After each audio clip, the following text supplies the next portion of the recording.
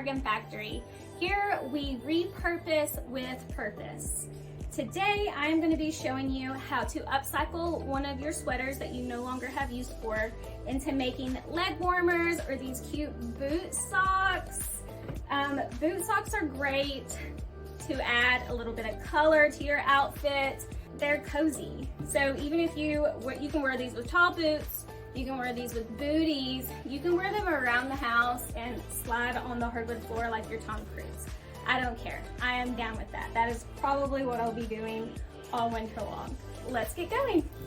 So the first thing that you are going to need is a pair of sharp scissors and a sweater that you no longer wear. You want to fold it in half. You can cut these separately. This is just a time saver. Matching up the armpits and the cuffs on the arm, here is the seam. I'm gonna go about 2 inches down, and then I am going to make a straight cut.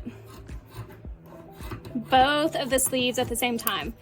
This should be a right angle. So you go all the way down. And now we have 2 arms of our sweater. This other part of the sweater I will definitely save and use for another project. As you can tell, I have quite a bit of sleeves here. This one is shorter than all of the others, which is just fine. It will just make your socks shorter. You do want to pay attention to how wide this sleeve part is where you cut off. Like these are a little bit wider. And this is the part that's actually going to attach to the sock. These would be great as leg warmers. Now for the boot socks, I did get these off Amazon. These are Hanes brand. I got a black set and a white set. In hindsight, I wish I would have bought a different brand because it does have their Hanes logo on it. Oops. But who doesn't love cotton Hanes socks, right? So these are definitely gonna work. So now I'm gonna decide if I want white or black. And I think on all of them, I want white. Maybe this gray pair, black. Now for boot socks, I think the longer, the better. So I am not gonna cut any off of this because I think it's really, really cute when they are scrunched up. As for the socks, same as what we did with the sleeves, except I am going to cut it literally in half where that tight ribbing is.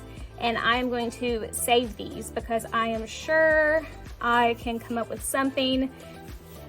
Gloves would be adorable, hair ties, I mean, you can think of something. Now you definitely do want to cut some of the sock off because the stretch is so much more whenever you cut off that top band, and that is going to help us serge a lot smoother. I do recommend that you serge around your boot socks and your leg warmers, although you can use a zigzag stitch.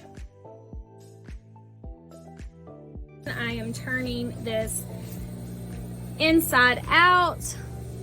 This is right side out. I'm finding the very back of that sock and putting it in and aligning it with that seam of the sweater sleeve.